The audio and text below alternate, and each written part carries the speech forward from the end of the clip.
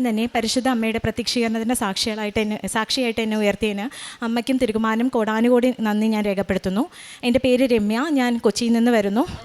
ഞാൻ ആദ്യമായിട്ട് ഉടമ്പടി എടുത്തത് 1/5/2025 അപ്പോൾ എൻ്റെ വീട്ടിൽ ഓൾറെഡി അമ്മയും ചേച്ചിയും ഉടമ്പടിയിലായിരുന്നു. അപ്പോൾ അവർ ആ സമയത്തൊക്കെ എൻ്റെ അടുത്ത് പറയുമായിരുന്നു ഉടമ്പടിയിൽ വരാൻ വേണ്ടിയിട്ട്. പക്ഷേ എനിക്ക് രാവിലെ 5:30 എണീക്കാൻ ഇച്ചിരി മടിയായതുകൊണ്ടും എൻ്റെ മോള് ചെറുതായതുകൊണ്ടും ഒക്കെ ഞാൻ ആ സമയത്ത് വന്നില്ല. ഞാൻ 2-3 വട്ടം ഓൺലൈനായിട്ട് എൻ്റെ നിയോഗം സമർപ്പിച്ചിട്ട് ഞാൻ രാവിലെ 5:30 എണീറ്റ് പ്രാർത്ഥിക്കാനൊക്കെ തുടങ്ങിയായിരുന്നു. പക്ഷേ എനിക്കത് കണ്ടിന്യൂ ചെയ്യാൻ പറ്റിയില്ല. അപ്പോൾ അങ്ങനെ ഇരിക്കുമ്പോഴാണ് കഴിഞ്ഞ വർഷം എനിക്ക് എൻ്റെ ജീവിതത്തിൽ വലിയൊരു ഫാമിലിപരമായിട്ട് വലിയൊരു പ്രശ്നം വരുന്നത്. അപ്പോൾ അതിൽ ഞാൻ ഭയങ്കര മെൻ്റലി ഡിപ്രസ്ഡായി. അത് ഭയങ്കരമായിട്ട് എന്നെ തളർത്തി. അപ്പോൾ ഞാൻ വേറൊരു സ്ഥലത്തായിരുന്നു. അവിടെ നിന്ന് തിരിച്ചു വരുമ്പോൾ എൻ്റെ ചേച്ചി ട്രെയിനിൽ ഇരുന്ന് എന്നെ വിളിച്ചിട്ട് പറഞ്ഞു, നീ ഒന്നുകൊണ്ടും പേടിക്കണ്ട, നീ ഉടമ്പടി എടുക്കുക വേഗം പോയി. അപ്പോൾ അങ്ങനെയാണെങ്കിൽ അമ്മ നിൻ്റെ കൂടെ ഉണ്ടാവും, എല്ലാ പ്രശ്നങ്ങളും സോൾവ് ചെയ്ത് തരും എന്ന് പറഞ്ഞു. അങ്ങനെ ചേച്ചി ട്രിവാൻഡ്രത്താണ് വർക്ക് ചെയ്യണത്. അപ്പോൾ ഇത് കഴിഞ്ഞ വർഷം ഒരു ഏപ്രിൽ അവസാനമാണ്, ഏപ്രിൽ ഒരു 3rd വീക്കാണ് ഇങ്ങനത്തെ ഒരു സംഭവം ഉണ്ടാകുന്നത് ഞാൻ തിരിച്ചു വരുന്നതും. അപ്പോൾ അതിനുശേഷം ചേച്ചി പറഞ്ഞു May 1 ഹോളിഡേ ആണ് ചേച്ചിക്ക്, അപ്പോൾ ഇങ്ങോട്ട് വരാം, എന്നിട്ട് ചേച്ചിക്ക് ഉടമ്പടി പുതുക്കാനുണ്ട്, എനിക്ക് പുതിയതായിട്ട് എടുക്കാമെന്നും പറഞ്ഞു. അങ്ങനെ May 1 ഞാൻ ചേച്ചിയും കൂടി ഇങ്ങോട്ട് വന്നു.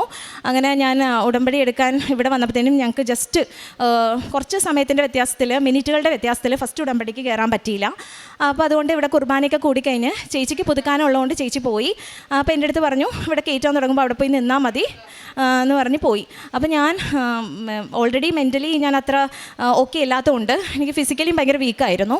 അപ്പോൾ ഞാനിങ്ങനെ അമ്മയുടെ അടുത്ത് പറയണമായിരുന്നു, അമ്മേ ഞാൻ എങ്ങനെയാണ്, എനിക്ക് ഇത്രയും നേരമൊക്കെ നിൽക്കാൻ പറ്റുമോ എനിക്കറിയില്ല, എന്തോ ഒരു ക്ഷീണം പോലെ തോന്നുന്നു അമ്മയെന്നൊക്കെ പറഞ്ഞ് ഞാനിവിടെ പ്രാർത്ഥിച്ചുകൊണ്ടിരിക്കുകയായിരുന്നു. അതിന് ശേഷം ഞാൻ നോക്കുമ്പോൾ കുറച്ച് പേര് അവിടെ പോയി നിൽക്കുന്നുണ്ട്. ഞാൻ വിചാരിച്ചു പോകാം, അവിടെ നിൽക്കാം എന്ന് വിചാരിച്ചു. പക്ഷേ ആ ഒരു നിമിഷം എനിക്ക് ഓർമ്മയുള്ളൂ. പിന്നെ എൻ്റെ ഉള്ളിൽ എന്തോ ഒരു എനർജി നിറയുന്ന കൂട്ട്, എന്തോ ഒരു പോസിറ്റീവ് എനർജി നിറഞ്ഞ് എനിക്ക് പിന്നെ ആ ക്ഷീണമൊന്നുമില്ല.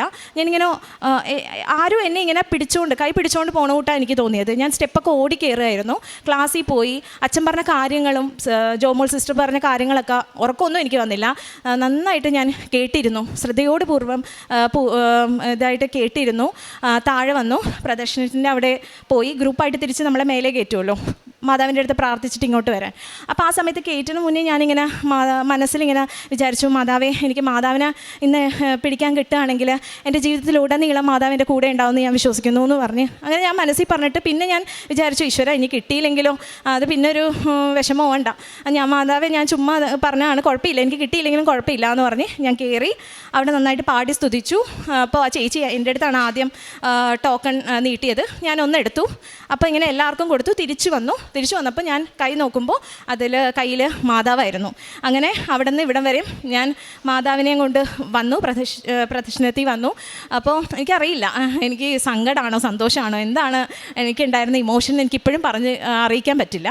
അങ്ങനെ നിയോഗം സമർപ്പിച്ചു, വീട്ടിൽ പോയി.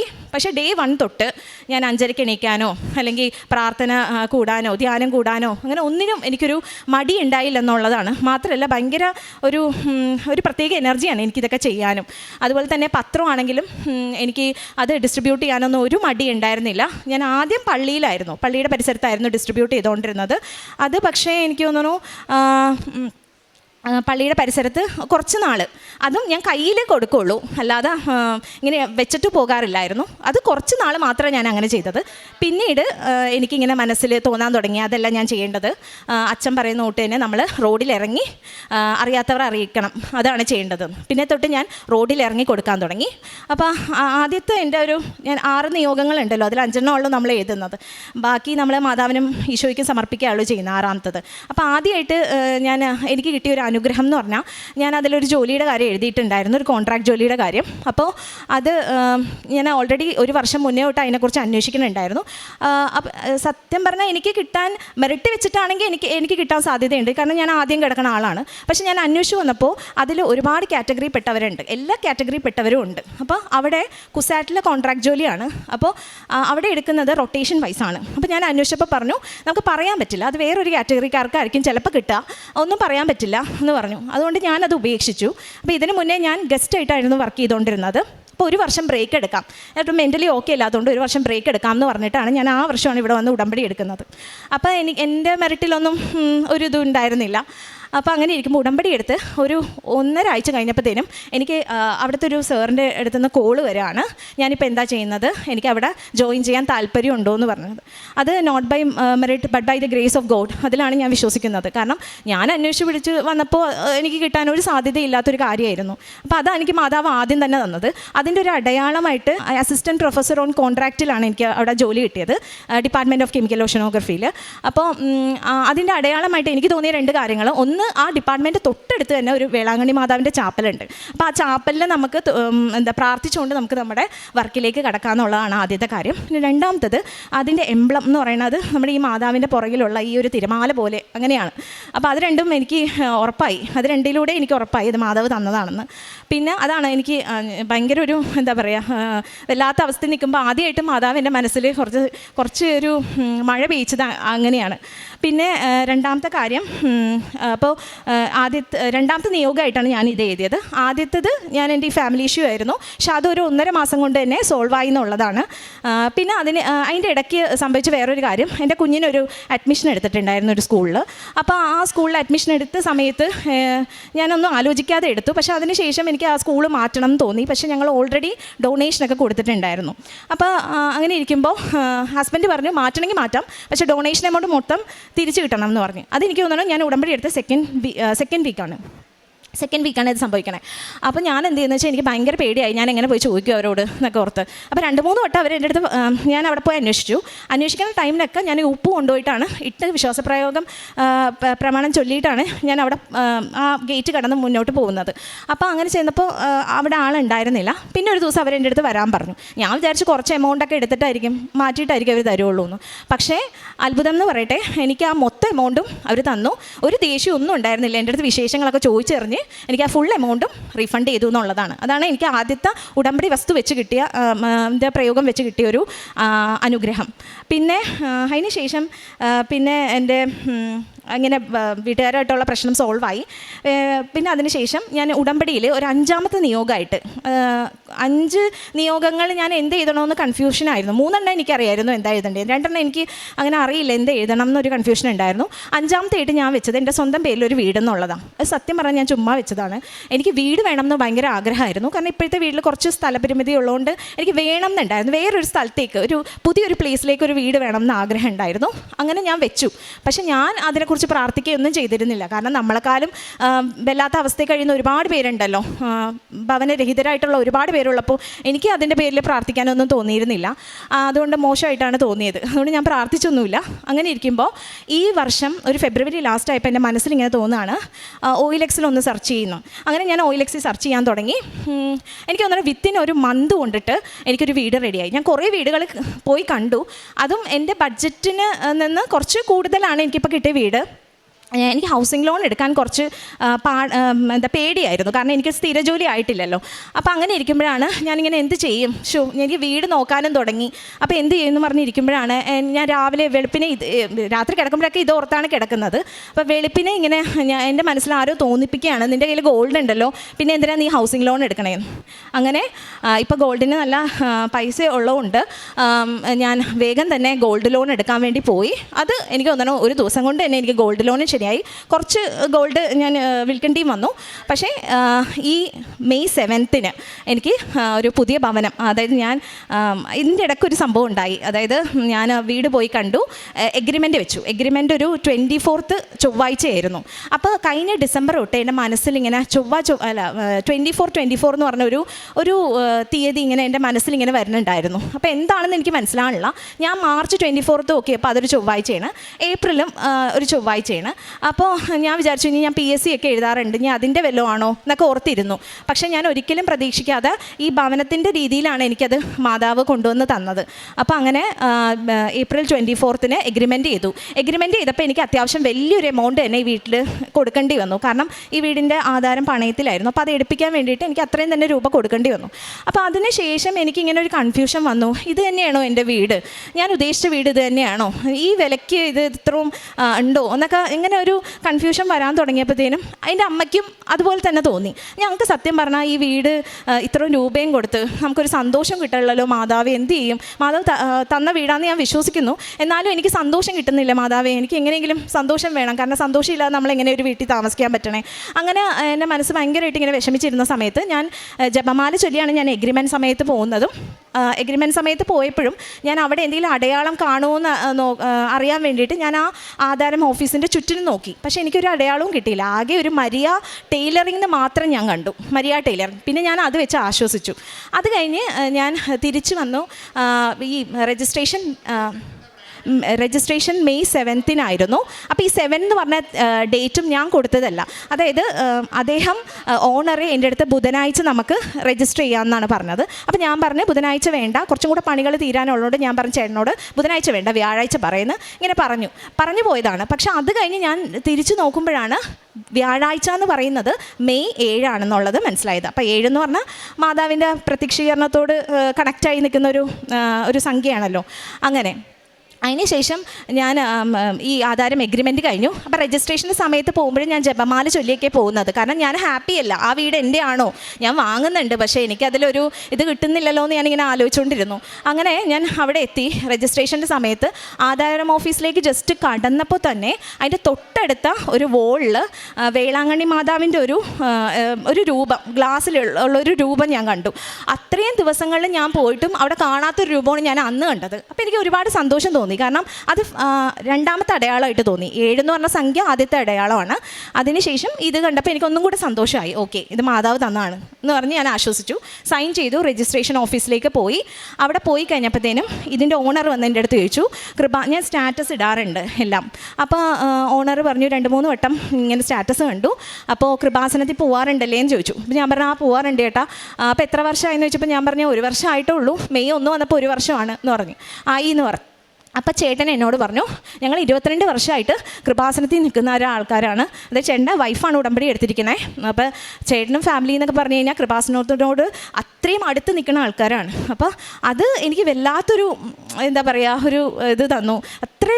ഞാൻ സന്തോഷിച്ചു പോയി. കാരണം ഞാൻ വീട് വേണ്ട ഈശോ ഇതിൽ നിന്ന് എങ്ങനെ പിന്മാറും, എങ്ങനെ പിന്മാറും, ഇത്രയും രൂപ കൊടുത്തു പോയതാണല്ലോ, ഇല്ലെങ്കിൽ എനിക്ക് പിന്മാറായിരുന്നു എന്നൊക്കെ പറഞ്ഞ് വിഷമിച്ചിരുന്ന ഞാൻ ഇത്രയും അടയാളങ്ങൾ എനിക്ക് മാതാവ് കാണിച്ചു തന്നു, ഇത് നിനക്കായിട്ട് ഞാൻ തന്ന വീടാണെന്ന്. മാത്രമല്ല വേറൊരു പ്രത്യേകത എന്ന് വെച്ചാൽ ഈ വീടിൻ്റെ ഫ്രണ്ട് വശം മൊത്തം ഗ്രേ കളർ ടൈലാണ്. ഉള്ളിലേക്ക് കിടന്ന ബ്ലൂയിഷും ഗ്രീനിഷും ഷെയ്ഡാണ് ഈ വീട്ടിലുള്ളത്. ടൈലിനൊക്കെ ബ്ലൂയിഷ് ഷെയ്ഡാണ്. പിന്നെ കിച്ചൻ്റെ കബേർഡൊക്കെ ഗ്രീനിഷ് ഷെയ്ഡാണ്. അത് മാത്രമല്ല ആ ചേട്ടൻ അന്ന് പറഞ്ഞൊരു കാര്യം, ഞാൻ കാശുരൂപവും അതുപോലെ തന്നെ കുരിശും സ്ഥാപിച്ചാണ് ഈ വീട്, പല മുക്കുകളിലും സ്ഥാപിച്ചാണ് ഞാൻ ഈ വീട് വെച്ചിരിക്കണേന്ന് പറഞ്ഞു. അപ്പോൾ അത് വലിയൊരു അനുഭവമായിട്ട് എനിക്ക് തോന്നി.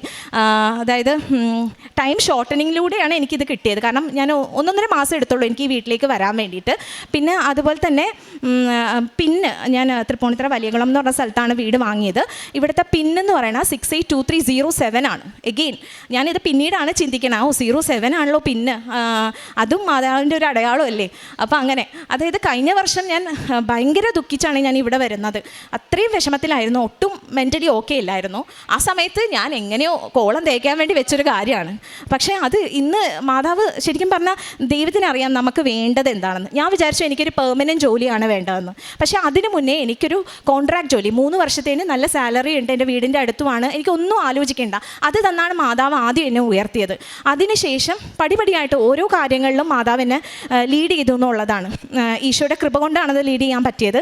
അപ്പോൾ അങ്ങനെ ഇവിടം വരെ എത്തിച്ചു. എനിക്ക് കോടാനുകോടി എന്നൊന്നും പറയാൻ പറ്റില്ല, നമുക്ക് സംഖ്യ പറയാൻ പറ്റില്ല. അത്രയും അധികം നന്ദിയാണ് എനിക്ക് പറയാനുള്ളത്. പിന്നത്തെ കാര്യം എന്ന് വെച്ച് കഴിഞ്ഞാൽ ഞാൻ എവിടെ പോയാലും എന്തെങ്കിലും ഒരു കാര്യത്തിന് പോകുമ്പോൾ ഉടമ്പടി വസ്തുക്കൾ ഉപയോഗിക്കാറുണ്ട്. പിന്നെ എല്ലാ ദിവസവും ഡെയിലി ബ്രെഡ് കൂടി ഉടനെ തന്നെ ഞാൻ ഷെയർ ചെയ്യും. അതുപോലെ തന്നെ ധ്യാനം മിക്കപ്പോഴും ഞാനിവിടെ നേരിട്ട് വന്നാണ് കൂടാറുള്ളത്. കാരണം എനിക്ക് അവിടെ നിന്ന് ഒരു 5 മണിക്ക് ഇറങ്ങിക്കഴിഞ്ഞാൽ ഇവിടെ 7 മണിയാകുമ്പോൾ എത്തും. അപ്പം നേരിട്ട് വന്ന് കൂടുമ്പോൾ ഒരു പ്രത്യേക അഭിഷേകം അന്ന് എനിക്ക് തോന്നിയിട്ടുണ്ട്.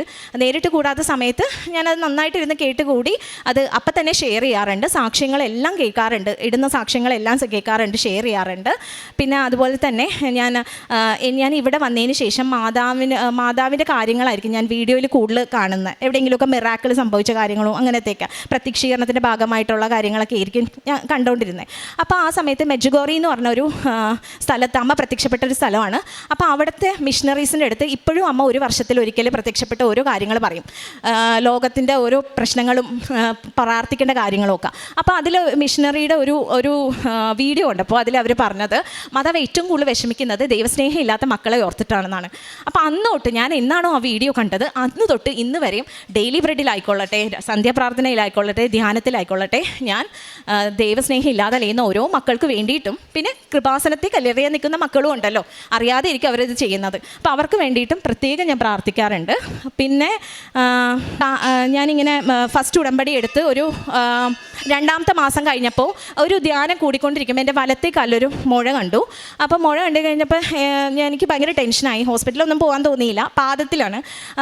കാരണം എനിക്ക് പേടിയായതുകൊണ്ട് ഹോസ്പിറ്റലൊന്നും പോയില്ല. അപ്പോൾ ഞാൻ അമ്മയുടെ അടുത്ത് പറഞ്ഞപ്പോൾ അമ്മ പറഞ്ഞു നമുക്ക് പ്രത്യക്ഷീകരണ പ്രാർത്ഥന 3 വട്ടം രാത്രി ചൊല്ലിയിട്ട് നമുക്ക് തൈലം പൂശി പ്രാർത്ഥിക്കാം എന്ന് പറഞ്ഞു. അപ്പോൾ ഞങ്ങൾ എങ്ങനെ ചെയ്യണമെന്ന് വെച്ച് കഴിഞ്ഞാൽ 2 തിരിയും കത്തിച്ച് വെച്ചിട്ട് പ്രത്യക്ഷീകരണ പ്രാർത്ഥന ചൊല്ലും. അതായത് ആ കാശുരൂപത്തിൻ്റെ ഒപ്പം നമുക്കൊരു ചെറിയൊരു പ്രാർത്ഥന കിട്ടും, അതാണ് ചൊല്ലുന്നത്. വിശ്വാസ പ്രമാണം ചൊല്ലും, പിന്നെ സ്വർഗസ്ഥനായും നന്മ പറഞ്ഞ മറിയാമേ, അങ്ങനെ 3 വട്ടം ചൊല്ലി തൈലം പൂശുമായിരുന്നു. അത് കഴിഞ്ഞ് പിന്നെ ഞാൻ നോക്കുമ്പോൾ കുറച്ച് മാസങ്ങൾക്ക് ശേഷം എൻ്റെ ഇടത്തെ കാലിലും ഒരു മുഴ, പാദത്തിൻ്റെ അവിടെ തന്നെ. പക്ഷെ മറ്റതുപോലെയല്ല, ഇത് കുറച്ചും കൂടെ കാണുന്ന രീതിയിലുള്ള മുഴയാണ്. അപ്പോൾ ഒരു തടിപ്പ് പോലെയാണത്. അപ്പോൾ എനിക്ക് ഭയങ്കരമായിട്ട് പേടിയായി, ഹോസ്പിറ്റലിൽ പോകാൻ എനിക്ക് തോന്നിയില്ല. ഞാൻ അതിനു വേണ്ടി പ്രാർത്ഥിച്ചു. പ്രാർത്ഥിക്കുന്ന സമയത്ത് ഞാനിങ്ങനെ പറഞ്ഞു, ഒക്ടോബറിൽ ജപമാല റാലി ഉണ്ടല്ലോ അമ്മേ, ഞാനപ്പോൾ ആ റാലി പങ്കെടുത്തതിന് ശേഷം ഞാൻ ഈ തൈലം പൂശി പ്രാർത്ഥിക്കുന്നുണ്ട്. അങ്ങനെ ഞാൻ അത് കൂടിക്കഴിയുമ്പോൾ എൻ്റെ ഇത് മാറണം എന്ന് ഞാൻ പ്രാർത്ഥിച്ചു. അങ്ങനെ ഇരിക്കുമ്പോഴാണ് ഞാൻ റാലി കൂടി. പക്ഷേ എനിക്ക് കംപ്ലീറ്റ് ചെയ്യാൻ പറ്റിയില്ല. എൻ്റെ മോള് കൂടെ ഉണ്ടായിരുന്നു, അവൾ ഒട്ടും നടന്നില്ല, 5 വയസ്സുണ്ട്. നടക്കാത്തതുകൊണ്ട് ഇവളെ എടുത്ത് നടന്നുകൊണ്ട് ഞാൻ പകുതി ദൂരം പോയിട്ട് തിരിച്ചു വന്നു. ഞാൻ അവശയായിരുന്നു, ഹോസ്പിറ്റലിലൊക്കെ കയറേണ്ടി വന്നു.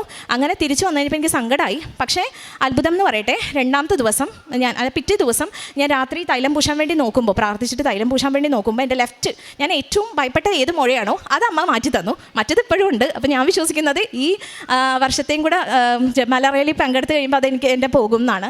അതാണ് ഒരു കാര്യം. പിന്നെ കാരുണ്യ പ്രവർത്തികൾ എന്ന് പറയുമ്പോൾ ഒരു ഫിസിക്കലി ഹാൻഡിക്യാപ്ഡും പിന്നെ മെൻ്റലി റിട്ടാർഡഡ് ആയിട്ടുള്ള ഒരു വിമല ഹൃദയം എന്ന് പറഞ്ഞൊരു ഓർഫനേജ് ഉണ്ട് മട്ടാഞ്ചേരിയിൽ. അവിടെ പോകാറുണ്ട്. അവിടെ പോയിട്ട് ആ മക്കൾക്ക് വേണ്ട പാഡ്, സാനിറ്ററി പാഡ്, പിന്നെ അതുപോലെ തന്നെ ഡയപ്പർ, അങ്ങനത്തെയൊക്കെ ഞാൻ കൊടുക്കാറുണ്ട്. പിന്നെ പൈസയായിട്ടും സഹായം ചെയ്യാറുണ്ട്. പിന്നെ ആരെങ്കിലുമൊക്കെ നമുക്കിങ്ങനെ വഴിയോരത്തിരിക്കുന്ന കാണുന്നവരെയൊക്കെ സഹായിക്കാറുണ്ട്. പൈസ കൈ നീട്ടുന്നവരോട് അവർക്ക് മാക്സിമം കൊടുക്കാൻ ശ്രമിക്കാറുണ്ട്. അതുപോലെ തന്നെ പൊതിച്ചോറ് വിതരണം ചെയ്യാറുണ്ട്. അത് ഞാനിപ്പോൾ കുറച്ചായിട്ടുള്ളൂ അത് ചെയ്യാൻ തുടങ്ങിയിട്ട്. പിന്നെ പ്രേക്ഷിത പ്രവർത്തനം ഞാൻ പത്രം ഇവിടെ നിന്ന് വാങ്ങിച്ച ആദ്യം പള്ളികളിലായിരുന്നു. പിന്നെ എന്ത് ചെയ്യുന്നത് വെച്ച് കഴിഞ്ഞാൽ ഞാൻ പള്ളികളിലല്ലാതെ റോഡിലൂടെ നടന്ന്, എനിക്ക് ബ്രേക്ക് ഇടുന്ന ടൈമിൽ ഞാൻ റോഡിലൂടെ നടന്ന് ആ പത്രം തീരുന്ന എവിടെയാണോ അവിടെ വെച്ച് ഞാൻ തിരിച്ചു പോരും. അങ്ങനെയാണ്. പിന്നെ പള്ളി ഇരിക്കുന്ന പത്രങ്ങളും ഞാൻ ഒരിക്കലും അവിടെ ഇട്ടിട്ട് പോരാറില്ല, അത് എടുത്ത് കൊടുക്കാറുണ്ട്. അതുപോലെ തന്നെ ഈ അഖണ്ഡ ജപമാല റാലി എനിക്ക് കംപ്ലീറ്റ് ചെയ്യാൻ പറ്റിയില്ലെന്ന് പറഞ്ഞില്ലേ, പക്ഷേ അതിൻ്റെ ബാക്കി ഞാൻ എൻ്റെ ഓഫീസിൽ നിന്ന്, ഫൈനാൻസ് ഹോളിൽ നിന്ന് ഞാൻ വല്ലാർപാടം വരെ നടന്ന് അത് കോമ്പൻസേറ്റ് ചെയ്യാൻ ഞാൻ ശ്രമിച്ചു. അതെനിക്കറിയില്ല എത്രത്തോളം ആയി എന്ന്. പക്ഷെ ആ നടക്കുന്ന വഴിയിൽ എനിക്ക് ഒരു തുണ്ട് മഞ്ഞ കളറിലായിട്ട് കൃപാസന പത്രം കിട്ടി. അങ്ങനെയാണ് ഞാൻ എല്ലാം ഇങ്ങനെ ഒരു തുണ്ടായിട്ട് കിട്ടുന്ന പേപ്പർ പോലും കൃപാസനത്തിൻ്റെ ആണെന്ന് കണ്ടു കഴിഞ്ഞാൽ ഞാൻ എൻ്റെ അമ്മേനെ വഴിയിൽ ഇട്ടിട്ട് പോകുന്ന കൂട്ടി എനിക്ക് ഫീൽ ചെയ്യും. അതുകൊണ്ട് അഴുക്കും ഉമിനീരും ഒക്കെ പറ്റിപ്പിടിച്ച പത്രങ്ങളും പേജുകളും ഒക്കെ എനിക്ക് കിട്ടാറുണ്ട് വഴിയോരത്ത്. അതെല്ലാം ഞാൻ എടുത്തുകൊണ്ട് വന്ന് വീട്ടിൽ സൂക്ഷിക്കാറുണ്ട്. അതുപോലെ തന്നെ വേറെ സ്ഥലത്ത് കിടക്കുന്ന പത്രങ്ങളാണെങ്കിലും ഞാൻ അത് മാക്സിമം നടന്ന് കൊടുക്കാറുണ്ട്. അപ്പോൾ എൻ്റെ മനസ്സിൽ ഇങ്ങനെ തോന്നും, ചിലപ്പോൾ എനിക്ക് അങ്ങനെ കിട്ടുന്ന പത്രം ഇടപ്പള്ളിയിൽ നിന്ന് തോന്നുമ്പോൾ ഞാൻ ഇടപ്പള്ളി പള്ളിയിൽ ഇറങ്ങി പ്രാർത്ഥിച്ചിട്ട് അവിടെ നിന്ന് നടന്ന് അത് കൊടുത്തിട്ട് പോരും. ഒരു വട്ടം എനിക്ക് കലൂരിൽ നിന്നാണെന്ന് എൻ്റെ മനസ്സിൽ വന്നത്. അപ്പോൾ കലൂർ ഇറങ്ങി ആ പള്ളിയിൽ പ്രാർത്ഥിച്ച് അവിടെ ഞാൻ ഡിസ്ട്രിബ്യൂട്ട് ചെയ്യില്ല. ആ പത്രം ഞാൻ തിരിച്ച് നടന്ന് റോട്ടിൽ അത് കൊടുത്ത് തീർത്തിട്ട് ഞാൻ വീട്ടിലേക്ക് പോരാറുള്ളൂ. പിന്നെ ആത്മീയ ജീവിതം എന്ന് പറഞ്ഞാൽ സത്യം പറഞ്ഞാൽ എൻ്റെ അച്ഛൻ പോയ പിന്നെ എനിക്ക് ഒരു ഒറ്റപ്പെടൽ പോലെ അടുത്ത് നമ്മുടെ കൂടെ ചേച്ചിയും അമ്മയും എല്ലാവരും ഉണ്ടെങ്കിലും എനിക്ക് എപ്പോഴും ഒരു ഒറ്റപ്പെടൽ ഫീൽ ചെയ്തിട്ടുണ്ടായിരുന്നു. പക്ഷേ ഇവിടെ വന്നതിന് ശേഷം എൻ്റെ അമ്മയുടെ അടുത്ത് വന്നതിന് ശേഷം എനിക്ക് ഒരാൾ എൻ്റെ കൂടെ ഉള്ള കൂട്ട് തന്നെയാണ്. അമ്മയുടെ അടുത്തും ഈശോയും എന്നെ പ്രൊട്ടക്റ്റ് ചെയ്യണ വല്ലാത്തൊരു പ്രൊട്ടക്ഷനാണ്. അങ്ങനെ ദേഷ്യം, എനിക്ക് ഭയങ്കര ദേഷ്യമുള്ള ഒരാളായിരുന്നു. പക്ഷേ ഞാൻ പുറത്തൊന്നും അത് കാണിക്കില്ല, വീട്ടിലായിരുന്നു കാണിച്ചുകൊണ്ടിരുന്നത്. അതിപ്പോൾ ഒരുപാട് കുറഞ്ഞു, എന്നാലും കുറയാനുണ്ട്, കുറച്ചും കൂടെയൊക്കെ കുറയാനുണ്ട്.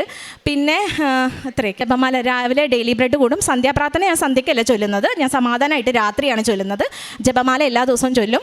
ജപമാല നിയോഗങ്ങൾ, ഓരോ ദിവ്യരഹസ്യത്തിനും എൻ്റെ മനസ്സിൽ വന്ന നിയോഗങ്ങൾ സമർപ്പിച്ചാണ് ചൊല്ലണത്. ആദ്യത്തെ നിയോഗം ഞാൻ എപ്പോഴും ജോസഫ് അച്ഛൻ്റെ ആരോഗ്യത്തിന് വേണ്ടിയിട്ടും ഇവിടെ ശുശ്രൂഷ ചെയ്യുന്ന സിസ്റ്റേഴ്സിനും രക്ഷിത പ്രവർത്തനം ചെയ്യുന്ന ചേച്ചിമാർക്കും ചേട്ടന്മാർക്കും എല്ലാവർക്കും വേണ്ടി സമർപ്പിച്ചിട്ടാണ് ഞാൻ എൻ്റെ ജപമാല തുടങ്ങാറുള്ളൂ. പിന്നെ ഉള്ളത് എല്ലാം എൻ്റെ മനസ്സിൽ തോന്നണ ആരാണോ അപ്പം ഞാൻ സമർപ്പിച്ച് പ്രാർത്ഥിക്കും. ജപമാല പിന്നെ ബൈബിൾ വായന ആദ്യമൊക്കെ അരമണിക്കൂർ ഉണ്ടായിരുന്നില്ല. പക്ഷേ എൻ്റെ ഉള്ളിൽ ഇങ്ങനെ തോന്നിക്കും, ഞാൻ ചെയ്യുന്ന ശരിയല്ല, ഇത് റെക്ടിഫൈ ചെയ്യാനുണ്ടെന്ന് തോന്നും. അങ്ങനെ ഞാൻ ബൈബിൾ ഇപ്പോൾ അരമണിക്കൂർ കൃത്യമായിട്ട് വായിക്കും. പിന്നെ എൻ്റെ ജീവിതത്തിൽ എനിക്ക് സ്ട്രൈക്ക് ചെയ്തിട്ടുള്ള വചനങ്ങൾ, അതെല്ലാ ദിവസവും ആ വചനങ്ങൾ ഒരു 5 വചനങ്ങളുണ്ട്, അതെല്ലാ ദിവസവും എഴുതിയിട്ടേ ഞാൻ കിടക്കാറുള്ളൂ. എനിക്കൊരു കുറ്റബോധമാണ് ഇത് ചെയ്യാതെ കിടന്നാൽ. അതുകൊണ്ട് മാക്സിമം ഞാൻ ചെയ്യാൻ ശ്രമിക്കും. പിന്നെ ചില 1-2 ദിവസങ്ങളിലൊക്കെ എന്തെങ്കിലും ഒന്ന് മുടങ്ങിയിട്ടൊക്കെ ഉണ്ട്. പക്ഷെ പ്രാർത്ഥന ഒരിക്കലും മുടങ്ങാറില്ല, ധ്യാനവും കൂടെ. അപ്പോൾ എല്ലാം തന്നെ ഈശോയ്ക്കും അമ്മയ്ക്കും ഒരിക്കൽ കൂടി ഞാൻ നന്ദി പറയുന്നു. അനർത്ഥകാലത്ത് എന്നെ വിളിച്ചപേക്ഷിക്കുക, ഞാൻ നിന്നെ മോചിപ്പിക്കും, നീ എന്നെ മഹത്വപ്പെടുത്തുകയും ചെയ്യും. സങ്കീർത്തനം 50:15 വചനമാണ്. പരിശുദ്ധ അമ്മ ഡിസംബർ 7-ാം തീയതി ഉച്ചകഴിഞ്ഞ് 2:30 ഈ പുണ്യഭൂമിയിൽ പ്രത്യക്ഷമായത്. അതുകൊണ്ട് തന്നെയാണ് ഉടമ്പടി മക്കളുടെ ജീവിതത്തിൽ 7 എന്ന അക്കം വളരെ പ്രാധാന്യമുണ്ട്. അതുകൊണ്ട് തന്നെയാണ് ഈ മകൾക്ക് ഒരു ഒരു കൺഫേമായി ഇത് അമ്മയുടെ സാന്നിധ്യമുണ്ട്, ഇതെനിക്ക് അമ്മ തന്നെ തന്ന ഒരു സെലക്ഷനാണെന്ന് മനസ്സിലാക്കാൻ സാധിച്ചതും. പിന്നീട് ആ വീട് തന്നെ, ആ കൺസ്ട്രക്റ്റഡ് ബിൽഡിംഗ് ഇറ്റ്സെൽഫ് അമ്മയുടെ ഒരു പ്രസൻസ് ഉണ്ടായിരുന്നു. കാരണം ഗ്രേ കളറിലും ലൈറ്റ് ബ്ലൂ കളറും ലൈറ്റ് ഗ്രീൻ കളറും ഒക്കെ ആയിരുന്നു ഇൻസൈഡ്.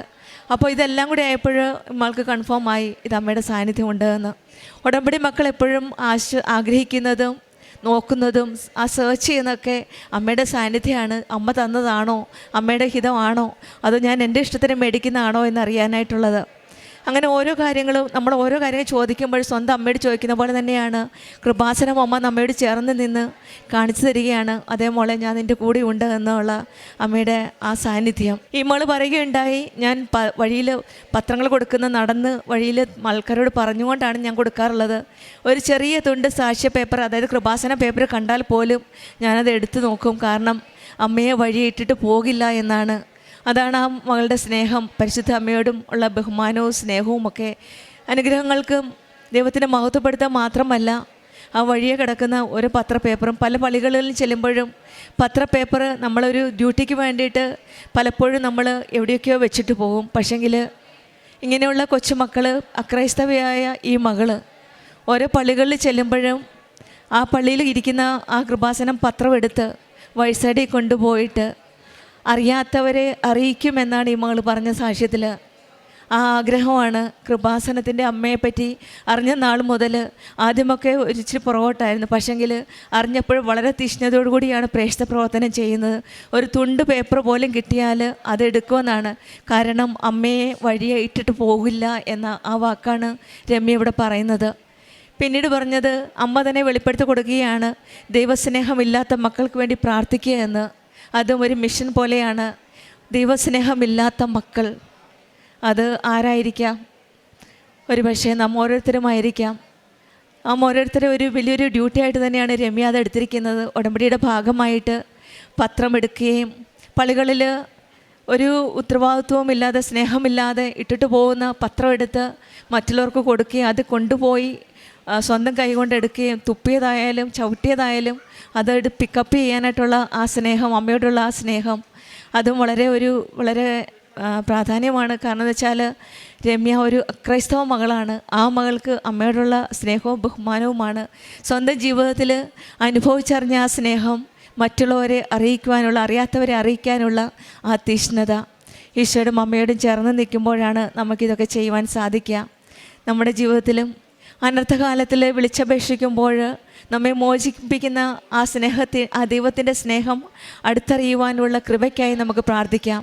നീ എന്നെ മഹത്വപ്പെടുത്തുമെന്നുള്ള സങ്കീർത്തനം 50:15 എന്ന വചനം നമ്മുടെ ജീവിതത്തിലും പ്രാവർത്തികമാക്കാനായിട്ട് ദൈവത്തെ മഹത്വപ്പെടുത്തുവാനുള്ള ഓരോ അവസരവും പാഴാക്കാതെ ദൈവത്തെ മഹത്വപ്പെടുത്തുവാനുള്ള കൃപയ്ക്കായി നമുക്ക് പ്രാർത്ഥിക്കാം. പ്രത്യക്ഷീകരണത്തിൻ്റെ സാക്ഷിയായിട്ട് മാറ്റുവാനും ഈശോയും അമ്മയെ മഹത്വപ്പെടുത്തുവാനുള്ള കൃപയ്ക്കായി പ്രാർത്ഥിച്ചുകൊണ്ടും രമ്യയ്ക്കും കുടുംബത്തിനും ലഭിച്ച എല്ലാ അനുഗ്രഹങ്ങൾക്കും, പ്രത്യേകിച്ചും ഈ മകൾ പറഞ്ഞത് സുഗന്ധാഭിഷേകത്തെ പറ്റി പറഞ്ഞിരുന്നു, സഞ്ചാരി മാതാവിനെ പറ്റിയും ഒക്കെ അനുഭവമുണ്ടായി. ഇതൊക്കെ പറ്റുന്നത് പരിശുദ്ധമ്മയോട് ചേർന്ന് നിൽക്കുമ്പോഴാണ്. തിരിയിൽ അമ്മ പ്രത്യക്ഷപ്പെട്ട് അമ്മയുടെ സാന്നിധ്യം മനസ്സിലാക്കി കൊടുക്കുന്നത് സുഗന്ധാഭിഷേകത്തിലൊക്കെ ഈശ്വരൻ അമ്മയോട് ചേർന്ന് നിൽക്കുമ്പോൾ മാത്രം നമുക്ക് കിട്ടുന്ന ഒരു വലിയ കൃപയാണ്. ആ എല്ലാ കൃപകളും അനുഗ്രഹങ്ങളിൽ നൽകിയ ഈശോയ്ക്കും അമ്മയ്ക്കും നമുക്ക് കരങ്ങളടിച്ച് ദൈവത്തെ മഹത്വപ്പെടുത്താം. അത്യപൂർവ ദൈവാനുഭവങ്ങൾ ഇനി നിങ്ങൾക്കും സ്വന്തം. ഈ യൂട്യൂബ് ചാനൽ ഇതുവരെ സബ്സ്ക്രൈബ് ചെയ്തിട്ടില്ലെങ്കിൽ ഇപ്പോൾ തന്നെ സബ്സ്ക്രൈബ് ചെയ്യുക. ഈ വീഡിയോ ഇപ്പോൾ തന്നെ നിങ്ങളുടെ സുഹൃത്തുക്കൾക്ക് ഷെയർ ചെയ്തുകൊണ്ട് കർത്താവിൻ്റെ പ്രേക്ഷിതരാകുക.